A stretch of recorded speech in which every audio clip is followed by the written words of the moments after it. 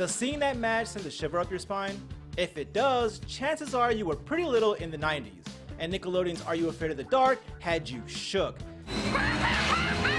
And you're probably having flashbacks of running into your parents' room crying at 1 a.m. Don't you wanna have some fun? Or if you were an 80s kid like me who grew up with a hot box, illegal cable, you probably found shows like Tales from the Crib or Unsolved Mysteries scarier. But this show still tickles your nostalgia bone. Real talk though, Unsolved Mysteries scared the out of me. For every mystery, there is someone, somewhere, who knows the truth. Perhaps that someone is watching. Perhaps it's you. Are You Afraid of the Dark was definitely a part of the 90s horror vibe that included the Goosebumps book series and TV show that were also freaking us out and getting our parents to lay down their hard-earned cash. But however much Are You Afraid of the Dark actually scared you at the time, it's fun to look back at it from an adult perspective and to appreciate it in all its hokey, lo-fi, earnest glory. Because even if the show wasn't quite The Shining, there's a ton to appreciate about it. The horror anthology structure, like its inspiration, The Twilight Zone, drew on some pretty intellectual stuff, and basically it was like an educational version of The Twilight Zone. You unlock this door with the key of imagination. Beyond it is another dimension. Think about it. This show was sort of about storytelling itself, and it celebrated the creativity of young people and encouraged them to be creative. Yes, something like that. While we love shows with strong brands that got us to go out and buy toys, games, comics, merch, etc., there's also something refreshing about a beloved old show that wasn't aggressively trying to sell you something other than, you know, just a little scare. Here's everything you didn't know about Are You Afraid of the Dark?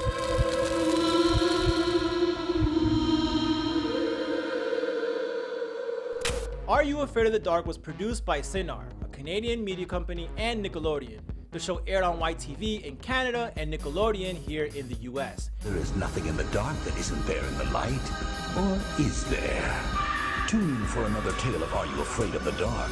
Tomorrow at 7:30, 6:30 Central on Nickelodeon. It aired for 5 consecutive seasons, 2 additional seasons a couple of years later, and it was rebooted in 2019 with 3 episodes. The first 5 seasons aired in the US from October 25th, 1990 to February 3rd, 1996. The 2 revival seasons aired from February 6, 1999 to June 11, 2000. You might also associate the show with the Snick lineup. Y'all remember Slick, right?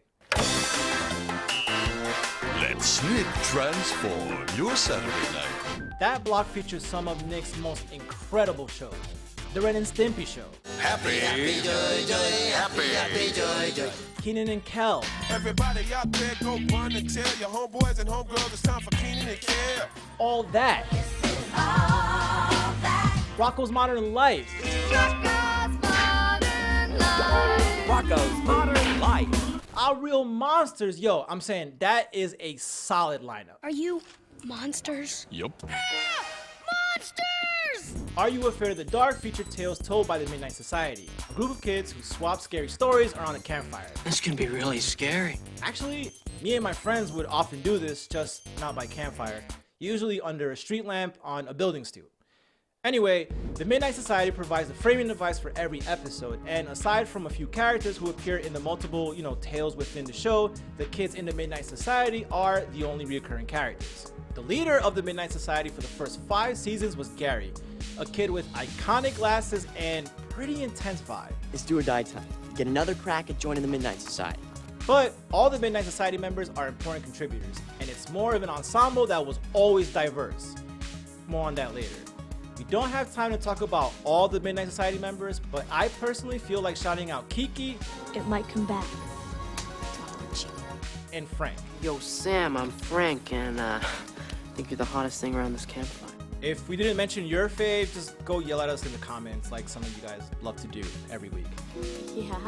Now, you might notice that Gary's glasses are a little reflective in season 1. The producers didn't like this, so they popped out the lenses for the rest of the show. Glad he didn't need to see or anything. Enough. Every story told by a Midnight Society member begins with the tossing of dust into the fire to make it swell. Oh, by the way, that dust was actually non-dairy creamer mixed with glitter. Little useless trivia there. All that was preceded with the utterance of the iconic phrase, Submitted for the approval. of the Midnight Society. That's a little reference to the fact that Rod Serling introduced Twilight Zone episodes with the phrase, Submitted for your approval. The case of one Miss Agnes Grepp. Episodes usually ended with the kids extinguishing the fire at the end, you know, to really hit home that the episode is over in case anyone was confused. Now, if you think it's weird that the campfire is always already lit at the beginning of the episode, that's intentional. The network didn't want to show kids lighting fires and inadvertently instruct kids on how to do so. Remember, we didn't have Google back then, so what we saw, we did. Like its anthology inspiration, The Twilight Zone, Are You Afraid of the Dark took on a wide swath of possible freaky stories. From the classical horrifying, you know, vampires, ghosts, etc., to the sci-fi-ish, aliens, other dimensions, to the bizarre and even funny, like, evil suit. What is it? Specialty of the house, le potage dangereux. The dangerous soup. A lot of episodes also featured really classic genre inspirations. Some of this may have been for legal reasons, because borrowing story structures from the public domain is cost-effective and means no one can sue you, which is always a big plus. Another reasoning was more so that if parents complained that it was too scary, the network could just point out that the stories were literary, so don't blame them, blame the books. Sounds a lot like English class. Lame. Very lame. Using classic stories also made it clear that the writers had a love for classic horror and enjoyed putting their 90s spin on it. For example, the episode based on The Monkey's Paw, or The Headless Horseman, or Nosferatu, who is still straight up nightmare fuel.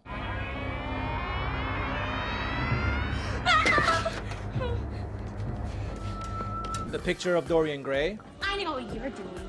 You're stealing other people's souls so you can stay young. And it wouldn't be an EYDK show without a John Carpenter reference. An episode of Are You Afraid of the Dark totally looks to be inspired by They Live.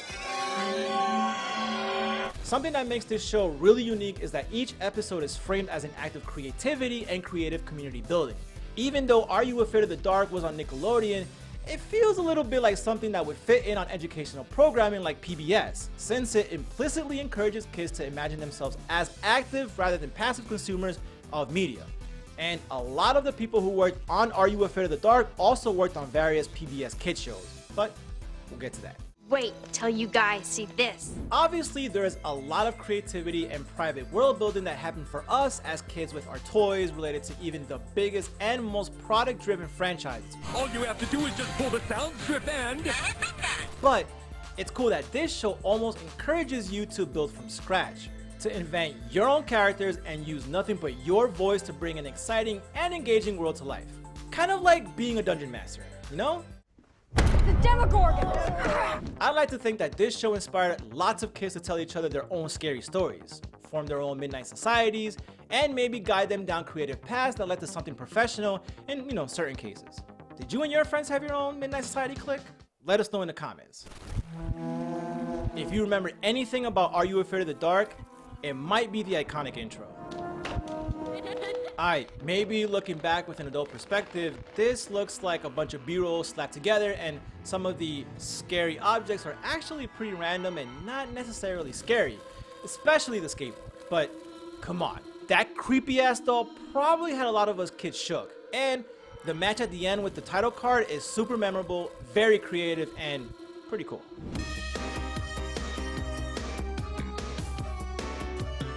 We also have to shout out the end credits version of the theme, which is sped up, electrified, and just quintessential end credit fire. The composers for the theme, as well as the contributors of music for the broader show, were Jeff Zahn and Jeff Fisher. Zahn also wrote the theme song for Arthur, which is without a doubt a banger when it comes to theme songs.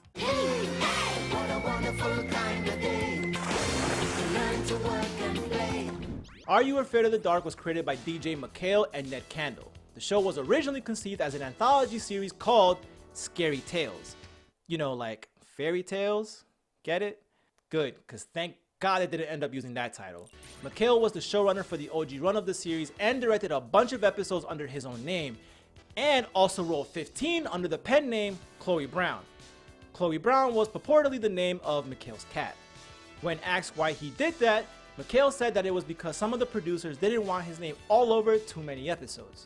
I guess when the credits go executive producer, DJ McHale, written by DJ McHale, directed by DJ McHale, that can get a little intense. Kojima, I'm looking at you.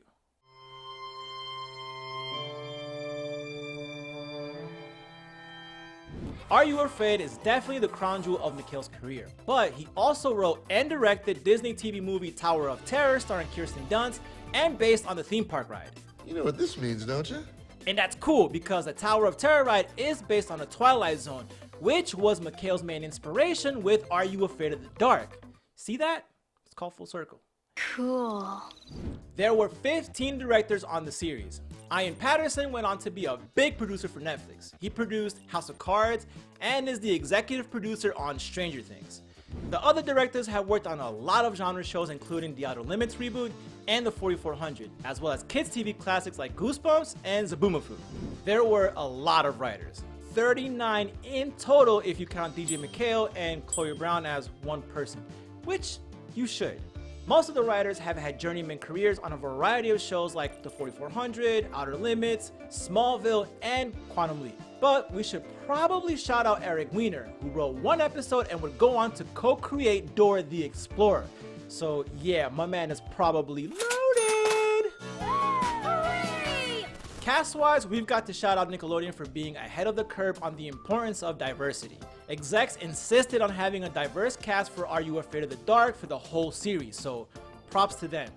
Given that the show is an anthology that also ran for 91 episodes, it's unsurprising that the cast is gigantic. Hundreds and hundreds of actors on IMDb. I know, we usually give you the exact number, but it's too many, y'all. Come on. If you want to count them, feel free and report back in the comments. I don't believe this. Ross Hull played Gary. If a computer virus got into your head, there's no telling what might happen. He didn't have a huge career outside of Are You Afraid of the Dark, but he was in an episode of Stargate Atlantis, and now he's a meteorologist, so that's dope. We've got new information tonight that 2 tornadoes tracked across Ontario and Quebec. Most of the actors from the Midnight Society didn't go on to have big careers, although I gotta shout out Jodie Rester as Kiki because she was also the voice of Francine on Arthur. Okay, Luxembourg, whose motto might be, "We're not as small as Liechtenstein." A lot of Arthur in this one. Oh, please. But the big exception is ELISHA Cuthbert. She was in the Midnight Society. I bet your grandma told great stories. And went on to fame in The Girl Next Door. I just saw you naked. What? And 24. I don't want to lose you. I don't. Are You Afraid of the Dark does not disappoint in the buried treasure department when we turn to the stories that the Midnight Society members told. There are a ton of amazing one-off appearances. Tien Tamera, sister, yeah. It's really just speaking. Melissa Joan Hart, Jay Baruchel. I was wondering if you weren't doing anything Friday, like you might, Hayden Christensen, aka Anakin Skywalker. I don't like sand. It's coarse and rough and irritating. Neve Campbell. What is going on? And one episode has both Gilbert Gottfried. So I made a teensy-weensy little mistake, and I was about to send an innocent young boy to his death. And Kid Ryan Gosling. Let me out of here! Do you quiet down? Who wakes the dead?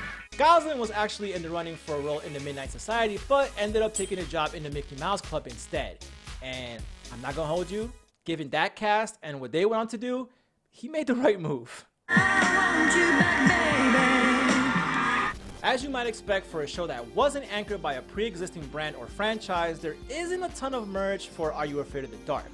What you were getting was much more valuable. Creative stimulation. What's that? But there are some, which is cool. And before you ask, no, there's no Midnight Society campfire playset. Smokey would not be pleased if there were. Remember, only you can prevent forest fires. 1994 brought us a PC game called Are You Afraid of the Dark? The Tale of Orpheus Curse. Damn, now that takes me back to my old compact Presario days. And there was also a board game release for all you tabletop gamers. You honestly don't get enough love, but I got you. Gotcha. And while we often feature comic books on this show, in this part of the episode, the extended universe around Are You Afraid of the Dark features plain old regular books. You know, the kind without pictures in them they used to make you read in school. The young adult book series was huge, featuring 23 titles. Paramount was developing a film adaptation of Are You Afraid of the Dark in 2017, which was slated for a 2019 release with IT writer Gary Doberman and director DJ CARUSO attached, but the project ended up getting scrapped. Womp womp. Guess the party's over. Are You Afraid of the Dark did have a miniseries reboot in 2019 though, and a second season has been ordered, which is awesome. That second season may be delayed though because of the pandemic, but fingers crossed it's still coming. Finally. But if you want to count the source material that inspired a lot of episodes as extensions, that gives us tons of awesome to explore. Who wants to read some Washington Irving? Huh? Am I right? Anyone? No one? Alright, cool. Here on EYDK, we talk a lot about shows from our childhoods, but we don't talk a ton about anthology series, and that's because the form hasn't been used a ton from the 90s to the present. That's not to say there haven't been a ton of awesome anthology shows in a broader sense. I mean, just genre shows alone, we've gotten American Horror Story, Black Mirror, Electric Dreams, and the Twilight Zone reboot.